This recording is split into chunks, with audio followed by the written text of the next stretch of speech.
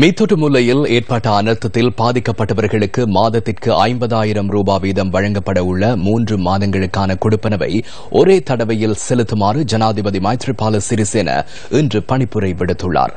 வாடகை வீடுகளை பெற்றுக் கொள்ளும் போது பிரச்சினையின்றி முற்பணத்தை செலுத்துவதற்கு வசதிகளை ஏற்படுத்திக் கொடுக்கும் வகையில் ஜனாதிபதி அதிகாரிகளுக்கு இந்த பணிப்புரையை விடுத்துள்ளதாக ஜனாதிபதி ஊடகப் பிரிவு தெரிவித்துள்ளது.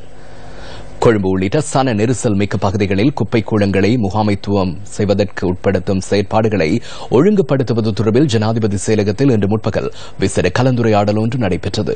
கழிவுப் பொருள் முகாமைத்துவம் தொடர்பில் உள்ளூராட்சி மன்றங்கள் தயாரித்துள்ள திட்டங்களை சமர்ப்பிக்குமாறு இதன்போது அதிகாரிகளுக்கு பணிப்புரை விடுத்த ஜனாதிபதி அனைத்து மாகாண உதவி ஆணையாளர்களையும் தம்மை சந்திப்பதற்கு அழைப்பு விடுக்குமாறு அதிகாரிகளுக்கு பணிப்புரை விடுத்துள்ளார். இதேவேளை மீத்தொட்டு மூலவில் வீடுகளை இழந்த 68 பேருக்கு இன்று வீடுகள் கையளிக்கப்பட்டன.